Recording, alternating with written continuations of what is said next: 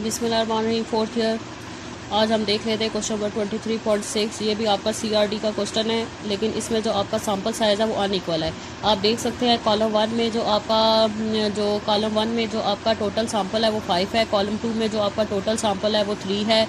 Column three में जो आपका टोटल सैम्पल है वो 2 है। कॉलम नंबर 4 में जो टोटल सैम्पल है वो आपका 3 है। और कॉलम नंबर 5 में टोटल आपका सैम्पल 1 है। अब आपका इसमें अनइक्वल सैम्पल साइज़ है, तो अनइक्वल सैम्पल साइज़ में आपका सारा वही मेथड होगा, बस थोड़ा सा ट्रीटमेंट एसएस में फ़र्क होता है।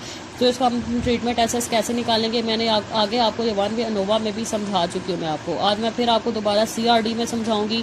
सीआरडी भी आपका वन वे अनोवा की तरह ही सारा सॉल्व होता है। तो इसमें उसने आपको कहा है कि आपने इसमें हाइपोथेसिस टेस्टिंग करनी है और एनोवा को आपने एनोवा टेबल बनाना है। ठीक है, तो इसमें सबसे पहले आपके हाइपोथेसिस बनेंगे। तो अब आपके टोटल 5 कॉलम्स हैं, तो अब आपके जो मीन होंगे वो टोटल 5 ही बनेंगे। ठीक है, 5 कॉलम्स होंगे, जितने कॉलम्स होंगे उतने जितनी आपकी ट्रीटमेंट होंगी उतने ही आपके मीन बनते हैं। तो मीन आपके टोटल 5 बनेंगे और बीच में एच नॉट में आपके मतलब तमाम मीन्स इक्वल होंगे और एच वन में तमाम मीन्स आपके क्या होंगे, अनइक्वल होंगे। सेकंड स्टेप आपका अल्फा, थर्ड स्टेप आपका टेस्ट स्टैटिस्टिक्स। अब फोर्थ स्टेप में आपने क्या करना है कि इसी तरह आपने कॉलम्स लिखने हैं। जो आपके 5 कॉलम्स हैं यहाँ पे आपने टोटल करना है, यहाँ पे आपने सिंपल वैल्यूज़ का टोटल करना है, यहाँ पे आपने स्केयर्स का टोटल करना है। और इधर फिर आपने ये आप रो वाइज कर रहे थे, फिर आपने कॉलम टी डॉट जे मतलब आपने कॉलम वाइज वैल्यूज़ का टोटल करना है। फिर आपका जो टी डॉट जे है उसका स्केयर लेना है और फिर आपने समीशन जो आपकी कॉलम वाइज स्केयर है उसका आपने यहाँ पे टोटल लेना है। ठीक है, अब आपके सैम्पल साइज अनइक्वल है तो अब आपको यहाँ पे टी डॉट जे का सम लेने की ज़रूरत नहीं है। ठीक है, जब आपके सैम्पल साइज इक्वल हो तब आप सम लेके रो पे डिवाइड करते हैं, लेकिन अब आपके सैम्पल साइज अनइक्वल है तो इसीलिए अब आपको टी डॉट जे का स्केयर का सम लेने की अब यहाँ पे ज़रूरत नहीं है। तो सिंपल आप इन तमाम वैल्यूज़ का टोटल लें तो टी डॉट जे, इन तमाम वैल्यूज़ का टोटल लें तो टी डॉट जे आएगा 39.9। सेकंड कॉलम की वैल्यूज़ का टोटल लें तो आपका टोटल आएगा 19.9। इसी तरह तमाम वैल्यूज़ का टोटल लें तो एंड पे ग्रैंड टोटल जो आएगा आपका 109.3 आएगा। अगर आप रो वाइज टोटल करें या कॉलम वाइज टोटल करें आपका टोटल जो होता है ये सेम होता है। ठीक है, फिर आपने टी डॉट जो आपका ये टी डॉट जे आया था इसका स्केयर लें, जिसका 39.9 का स्केयर 1592.01, 19.9 का स्केयर 396.01। फिर अब आपने इन सब वैल्यूज़ का क्या लेना है, स्केयर लेना है। लेकिन एंड पे अब आप इसको इसका टोटल लेने की ज़रूरत नहीं है। टोटल तब लेते हैं जब आपके सैम्पल साइज इक्वल हो। तो फिर हम क्या करते हैं, इस टोटल को ट्रीटमेंट एसेस में क्या करते हैं कि जो आपका टोटल होता है उसको हम रो पे डिवाइड करके सी एफ से माइनस करते हैं। लेकिन अभी आपके सैम्पल साइज इक्वल नहीं है तो अब हम क्या करेंगे कि इन टी डॉट जे स्केयर को बारी बारी इनकी जो आपके सैम्पल साइज़ है उससे हम रो से डिवाइड करवाएंगे। तो यहाँ पे इसमें आपने क्या करना है, जो आप इन तमाम वैल्यूज़ का स्केयर लेके सम लें, जैसा 7.3 square plus 8.3 square plus 7.6 square plus 8.4 square plus 8.3 square, तो आपकी वैल्यू आएगी 319.39। ठीक है, फिर जो सेकंड कॉलम की जो है इसका भी स्केयर लेके सम लें तो वो ये वैल्यू आ जाएगी। फिर एंड पे उसका ग्रैंड टोटल लें तो उसका टोटल आ जाएगा 873.61। अगर आप रो वाइज जो कॉलम वाइज स्केयर का टोटल लें तो ये सेम आना चाहिए। तो अब हम निकालेंगे इसमें सी एफ निकालेंगे। तो सी एफ आपका क्या होता है, T dot dot square divided by N. तो टी डॉट डॉट आपका क्या है 109.3 उसका होल स्केयर और एन आपका क्या है 14। ठीक है, अब आप इसमें टोटल वैल्यूज़ को काउंट करें तो ये टोटल 14 वैल्यूज़ बनती हैं। तो सी एफ आपका आ गया। फिर आपने टोटल एसेस निकालना है, समीशन आई जे वाई आई जे स्केयर माइनस सी एफ। तो जो आपने स्केयर का सम लिया था तो वो क्या आया था आपका 873.61, तो उसको सी एफ से माइनस करेंगे तो टोटल एसेस आएगा। अब आपने क्या निकालना है, ट्रीटमेंट एसेस। तो ट्रीटमेंट एसेस के लिए आपने क्या करना है कि आपने summation J T dot J square divided by R minus C F करना है। तो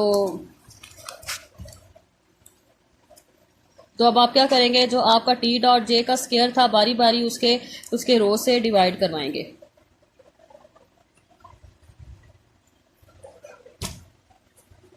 ठीक है, जिसका आपका पहला क्या था जो आपका पहला टी डॉट जे स्केयर फर्स्ट कॉलम का टी डॉट जे स्केयर क्या था 1592.01।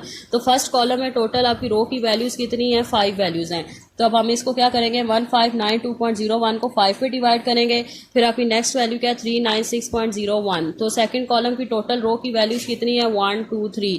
तो इसको हम किस पे डिवाइड करवाएंगे, 3 पे डिवाइड करेंगे। फिर अगली वैल्यू आपकी क्या है 210.25 और उसमें कॉलम 3 में टोटल आपकी रो की वैल्यूज़ कितनी है 2। तो अब हम इसको 2 पे डिवाइड करेंगे। ठीक है, इस तरह बारी बारी आपने टी डॉट जे स्केयर की जो आपने टी डॉट जे स्केयर निकाला है उसके कॉलम से जितनी उसमें मतलब रोज की वैल्यूज है उससे आप डिवाइड करवाएंगे और फिर आप सी एफ से माइनस कर देंगे। तो आपका टोटल ट्रीटमेंट एसेस क्या आ जाएगा 12.08। फिर आपने एरर एसेस निकालना है, तो एरर एसेस कैसे निकलेगा, total sum of square minus treatment sum of square, तो आपका एरर ऐसा ऐसा आ जाएगा। फिर हमने नोवा टेबल बनाना है, तो सोर्स ऑफ वेरिएशन में ट्रीटमेंट, एरर और टोटल आएगा। तो ट्रीटमेंट का डिग्री ऑफ फ्रीडम 4 है, क्योंकि टोटल आपके 5 कॉलम्स हैं, तो 5 - 1 4, टोटल आपका 14 था, तो 14 - 1 इज इक्वल टू 13, और 13 - 14 क्या आ जाएगा आपका 9। तो जो सम ऑफ स्केयर्स हैं वो आप इधर लिखे, सम ऑफ स्केयर आ जाएगा। मीन स्केयर में आपने क्या करना है, 12.08 को 4 पे डिवाइड करेंगे तो मीन स्केयर आ जाएगा 3.02, ट्रीटमेंट का मीन स्केयर। इसी तरह 8.21 को 9 पे डिवाइड करेंगे तो एरर का मीन स्केयर क्या आ जाएगा 0.91। फिर आपने एफ रेशो में क्या करना है, 3.02 को डिवाइड करना है 0.91 में, तो आपका एफ रेशो क्या आ जाएगा 3.32। ठीक है क्लास, तो आपकी एफ की कैलकुलेटेड वैल्यू आ गया है। तब आप एफ की टेबुलेटेड वैल्यू निकालें, एफ के टेबल में 0.05 को 4 और 9 में देखें तो आपकी एफ की वैल्यू आ जाएगी 3.63। फिर आप हम इन दोनों को कंपेयर करें तो आपकी एफ की कैलकुलेटेड वैल्यू छोटी है, तो आपका एच नॉट एक्सेप्ट हो रहा है। बहुत सिंपल मेथड है, इसको आप सॉल्व करें। फिर अगला क्वेश्चन है क्वेश्चन नंबर 27। तो क्वेश्चन नंबर 27 में आपको मैंने इस तरह का क्वेश्चन आगे बाद में नोवा में करवाया था। जब आपको मीन और आपको वेरिएंसेस वगैरह गिवन होते हैं तो फिर इसमें वो स्पेशल फार्मूलाज लगते हैं, एरर सम ऑफ स्केयर और ट्रीटमेंट सम ऑफ स्केयर के, तो वो आपने वो फार्मूले अच्छे से याद करने हैं अगर आपको मीन और स्टैंडर्ड डेविएशन वगैरह गिवन हो।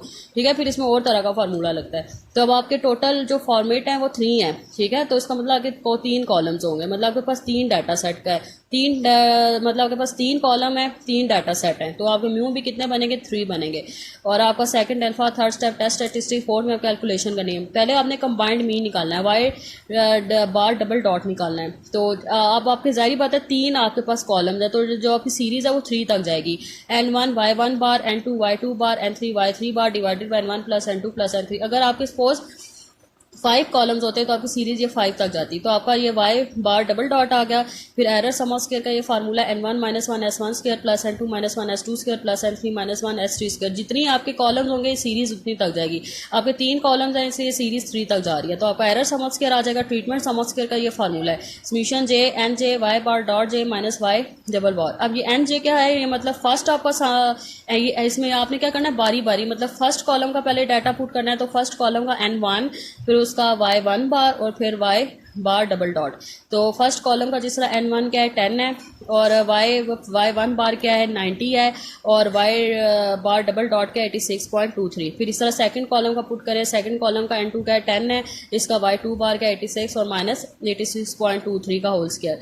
ठीक है, और फिर इसी तरह थर्ड कॉलम का N3 क्या है 11 और इसका Y3 बार क्या है 83 और माइनस 86.23 का होल स्क्वायर। इसको सॉल्व करें आपका ट्रीटमेंट ऐसे आ जाएगा। अच्छा, ये आपका N1 है, ये आपका N2 है, ये आपका N3 है, ये आपका Y1 बार है, ये Y2 बार है, और ये Y3 बार है, और ये आपका S1 स्क्वायर है, ये आपका S2 स्क्वायर है, और ये आपका S3 स्क्वायर है। तो अब फिर आप टोटल एसेस निकालें, ट्रीटमेंट एसेस और एरर एसेस को प्लस करें, आपका टोटल एसेस आ जाएगा। फिर आप नोवा टेबल बनाएं, तो अब आपके 3 कॉलम्स हैं, तो ट्रीटमेंट क्या होगा 3 - 1 2, टोटल आपका क्या है। अब आप इसमें से टोटल क्या कर सकते हैं, 10 + 11 आपको क्या बनेगा 31। टोटल आपकी 31 ऑब्जर्वेशन है, तो 31 - 1 इज इक्वल टू 30, और 30 - 2 28। सम ऑफ स्क्वायर्स इधर लिखें, मीन स्क्वायर निकालें, एफ रेशो निकालें, 0.05 को 2 और 8 में देखें एफ टेबल में, तो 4.46 आएगा, तो इस हिसाब से आपका एच नॉट रिजेक्ट हो रहा है। अब अच्छा, इस क्वेश्चन में आपको उसने कहा है आपने नोवा टेबल भी को फाइंड करना है, और इसके अलावा आपने इसकी पी वैल्यू निकाली। पी वैल्यू मतलब सिग्निफिकेंस लेवल फाइंड करना है।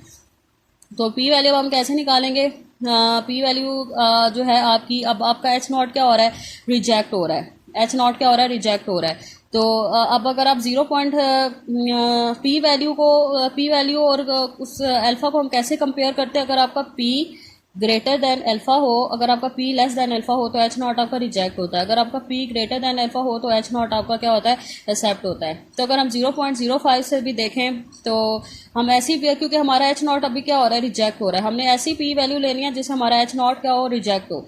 ठीक है, अभी आपका अगर आप इसको कंपेयर करें तो कैलकुलेटेड टेबुलेटेड को जब हमने कंपेयर किया तो आपका एच नॉट क्या हो रहा है रिजेक्ट, तो हमने ऐसी पी वैल्यू लेनी है जिससे हमारा एच नॉट क्या हो रिजेक्ट हो। ठीक है, तो अब हम 0.05 से अगर देखें तो 0.05 भी बड़ी वैल्यू, तो हमने ऐसी वैल्यू लेनी है जो वैल्यू छोटी हो उससे, क्योंकि पी वैल्यू छोटी होगी तो तब आपका एच नॉट रिजेक्ट होगा।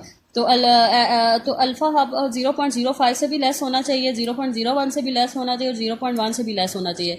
तो फिर हमने ऐसी वैल्यू अप्रॉक्सीमेट किया 0.001। अगर हम 0.001 को 0.05 से कंपेयर करें तो एच नॉट तभी रिजेक्ट होगा। फिर अगर हम इसको 0.01 से कंपेयर करें तभी एच नॉट रिजेक्ट होगा, और अगर हम 0.001 से कंपेयर करें तो भी आपका एच नॉट रिजेक्ट होगा।